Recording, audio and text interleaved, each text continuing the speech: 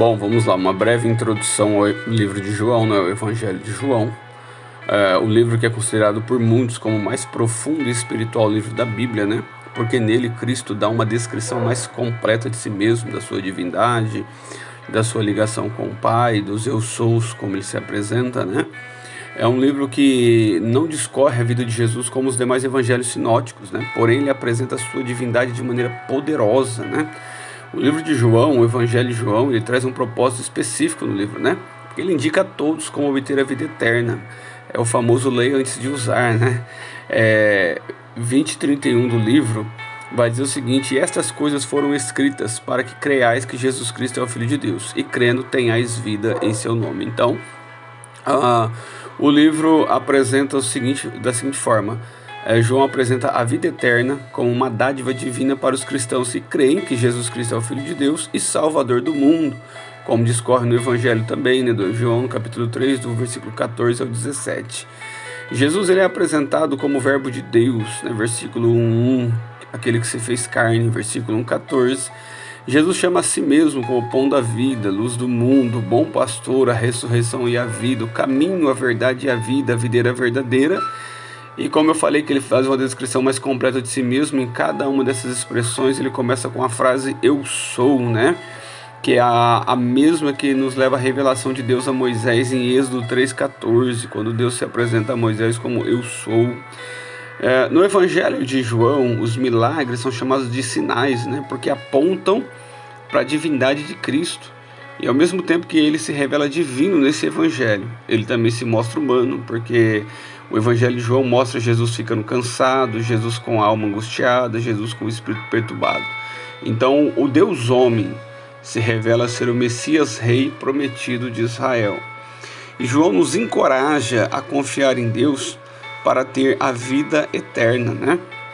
É bom a gente ter uma noção sobre isso, porque o livro de João também é detido de particularidades, né? Como eu já falei, Cristo dá uma revelação maior de si mesmo, ele dá uma revelação da sua ligação com o Pai, da obra do Espírito Santo, né? O Evangelho de João traz discursos e conversas como a conversa com Nicodemos, a mulher de Samaria, né? O discurso dos judeus na festa dos tabernáculos, a parábola do bom pastor. Tudo isso só é revelado no Evangelho de João. E ao mesmo tempo a gente vai falar um pouco sobre o autor do livro, né? O autor do livro ele é considerado João o apóstolo, né? Apesar que ele não é identificado diretamente pelo nome, porém o relato de João 21 vai nos dizer que esse autor ele se identifica como aquele a quem Jesus amava, né? No versículo capítulo 21, vai do versículo 19 ao 24. E essa expressão, aquele a quem Jesus amava, aparece 4 vezes no livro. E ao mesmo tempo ele nos mostra que ele era um dos 12, porque ele é descrito como aquele que se reclinava nos seios de Jesus durante a ceia, né? Mostrando aí uma proximidade uma intimidade com o mestre, né? Então assim isso vai nos remeter ao círculo mais íntimo de Jesus, né? Jesus tinha um círculo íntimo feito por Pedro, Tiago e João, que eram aqueles que estavam com ele nas diversas situações. E aí a gente vai descartar, né? Trabalhar primeiro por descarte para chegar em João. Então, quanto a isso a gente vai descartar Pedro, né? Porque o livro de João vai dizer que Pedro olha para trás e vê Jesus com aquele discípulo a quem ele amava, né?